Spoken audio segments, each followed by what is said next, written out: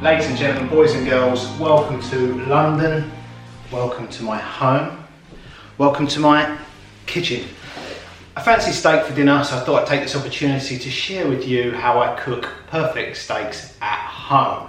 And I learned the tips required to get it right from a book. So this is going to be a book review of sorts.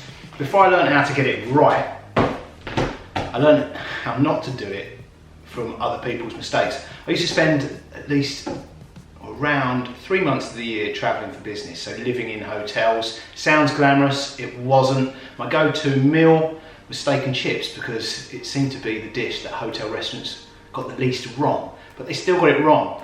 Every chef on the internet and TV, every food snob would always say the same thing. The best steaks are the most expensive cuts, the fillet or the sirloin, and they would always say in their most macho voice that you had to have it rare. So I bought into that and I quickly discovered they were very wrong. I would order in hotel restaurants the fillet or the sirloin, I was on company expenses, and rare, my most of a macho voice. And quite often they'll come back and say, we don't have that cut, would you like the fattier cut, the rump or the ribeye? Which I'd have, rare, and invariably it wouldn't be rare. It would come back ranging from raw to medium well done. To the extent I actually gave up ordering rare. I started ordering medium because at least then it would be edible, because it would range somewhere from rare to well done. So yeah, I ate a lot of bad steaks. I tried to cook them at home, followed every chef, every celebrity chef's idea of the perfect steak. Some say oil, no oil, butter, no butter, garlic, herbs, salt, no salt, some flip it, some say don't flip it, but the best advice I found was in this book. Now Hawksmoor, this book I've had since it came out. You can see it's been well used and well loved. I think this came out in 2011, and Hawksmoor have restaurants here in London. They're renowned for two things: great steak and their breakfast. I think there's an image of their take on the full English breakfast here. So if you're in town, I would definitely recommend a trip to Hawksmoor, either for breakfast or a steak dinner. Now this book is very much like as you would imagine from a renowned steak restaurant, it's a bit like the beef Bible. The first section of the book is all about beef and buying good beef, what to look for in a steak. And some amazing pictures. So yeah, if you're interested in how to buy great steak at home, I definitely recommend this. It goes into some of the different cuts and the ones they use in the restaurant and why. But the thing I really took from the book was how to cook the perfect steak. I tried this method and it works every time. So I'm going to use this. I'll run through the 12 tips, and I'm going to cook this half a kilo of 30-day aged British beef. That's a bone-in rib steak with chips, some red wine. So the 12 steps to cooking perfect steak at home. First up, buy good meat. The book explains how to do that, what to look for. Second step is buy big. The aim is to get a good show on the outside while keeping the meat juicy and tender inside. It's very difficult with a thin piece of meat. They recommend at least 300 grams, got 500 there. 3, this is an important tip, take the meat out of the fridge. It needs at least an hour, and if it's really big, 2. That's been out at least 2 hours. I think it's been out 3 or 4 actually. So bring the meat up to room temperature. 4, they suggest cooking it on a barbecue, fire at the barbecue. In Britain, in London, that's not going to be possible most days. So tip 5, if you haven't got a barbecue, a really, really hot pan. So they say it should be painful to hold your hand anywhere near the heat. I've got my heaviest pan warming up. Tip 6, if you're inside, open the windows, there'll be lots of smoke. There is. 7, if your steak is wet, pat it dry with a paper towel. Otherwise it will struggle to form a decent crust and can pick up some unpleasant meat flavours. And then at the last minute, season the meat well, more than you would probably think sensible. So a lot of salt and pepper, in the restaurant it says they use a mix of 45% Maldon sea salt and 45% smoked Maldon sea salt and 10% coarsely ground pepper. I've got some just normal Maldon sea salt, I haven't got smoked, so I'm just going to use that. Plenty of salt and some black pepper on that. 8. Now this was the revelation. Don't use any oil on the meat or in the pan.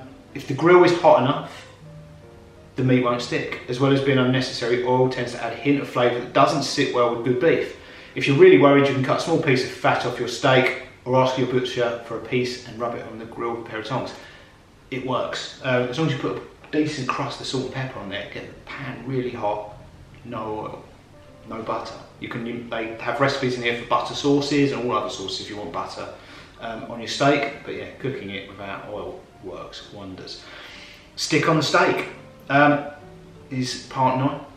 Leave it for a couple of minutes and then flip. Carry on turning every couple of minutes until it's the way you like it. If the heat is fierce,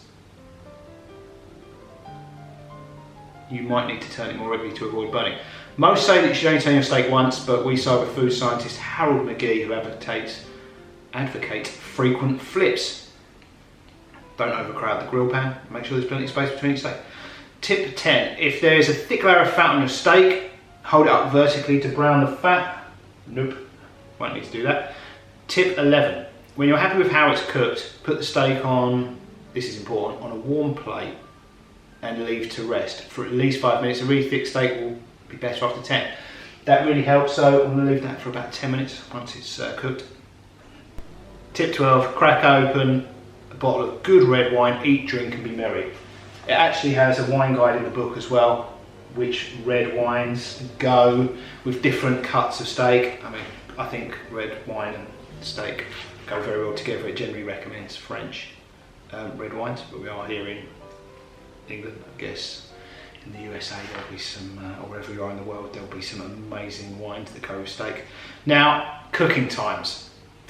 The book explains, great picture there of the different cooking times: rare, medium, and medium well. They say it's impossible to give exact cooking times because of the variables. The amount of fat, the breed of animal, what it ate, how long it lived, how long the meat's been hung for. There are guidelines in terms of time, but it's really a matter of touch and all the different explanations of touching bits of your face or different parts of your anatomy.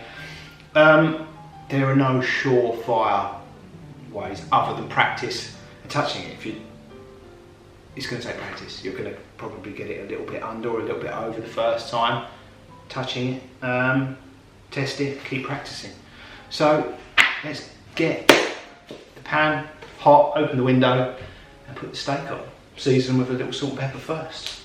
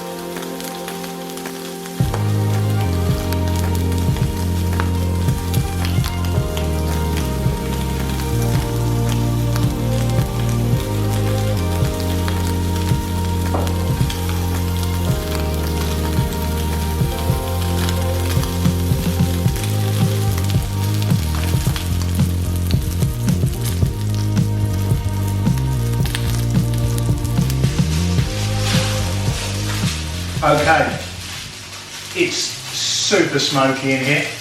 The steak's been cooking for a little over 8 minutes. Feels about right. I'm hoping it's somewhere between rare and medium rare.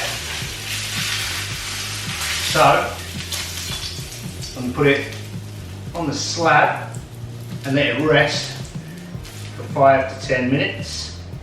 Now, I need some chips. I need some chips to go with my steak. Now, if I was cooking for a lot of people, I would definitely use the recipes for either chips or roast potatoes in the Hawksmoor book. There's great recipes for deep frying chips at home, or beef dripping or goose fat or roast potatoes. However, here in London, you're never far from a chip being chip shop chips. I mean, fish and chip shops are an institution here in Britain, and chip shop chips are amazing. So it should take me about 5 or 7 minutes to go and get a bag of chips, which is just the right amount of time. That steak needs to rest, so let me go and get the chips. Okay, it's a Friday night, so there was a queue out the door at the chip shop. I've got chip shop chips. The key ingredients, the key accompaniments to great steak are chips, good chips,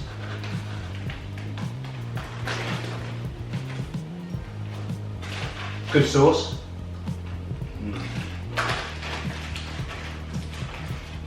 and there are recipes for both good chips and good potatoes in the Hawksmoor book.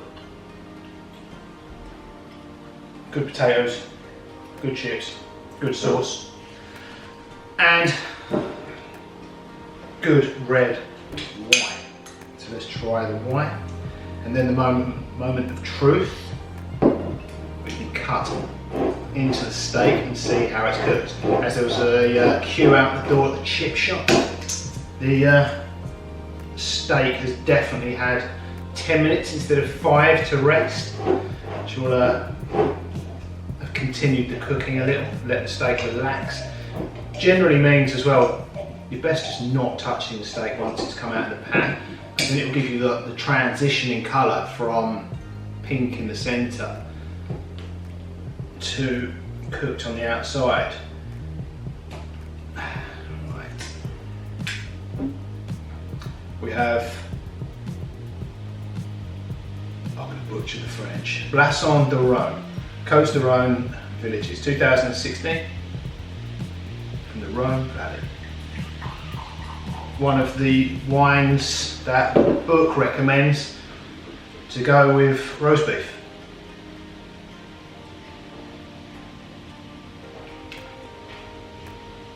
Pretty good. Right, the moment of truth. Cutting into the steak.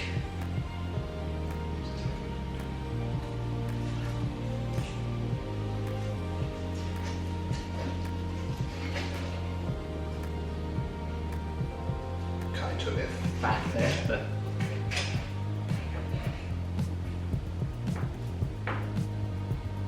pretty delicious. Pink and juicy in the middle, beautifully cooked on the outside. This ribeye has marbled with fat.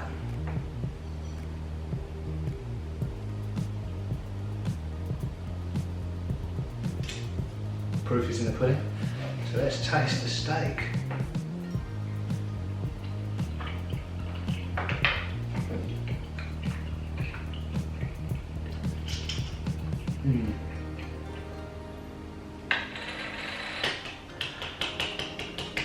That is delicious.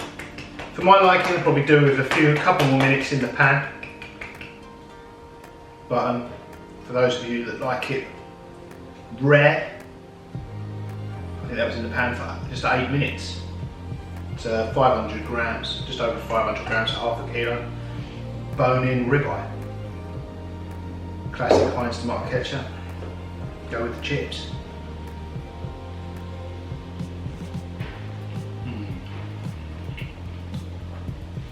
Try a little bit more of the steak.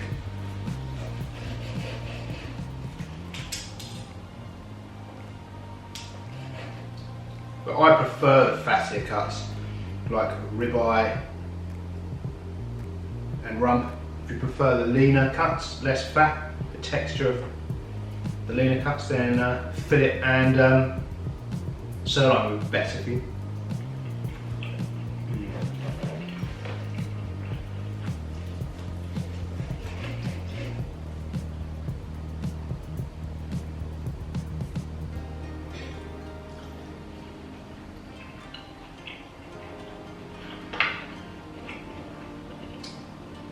say, I hope you enjoyed this little look. The wine goes well with it as well. Hope you enjoyed this little look at how I cook my perfect steak. Definitely recommend the Hawksmoor at Home book. If you fancy cooking your own steaks, some amazing recipes in here. Great guide to buying beef and cooking it. Wine guide, I think there's even desserts, and brunch cheese, and all sorts of side dishes. There's even a fish section, it's not just all beef. So yeah, definitely recommend the book. If you're in London, Hawksmoor is a great restaurant to visit for steak, and in particular their breakfast is amazing.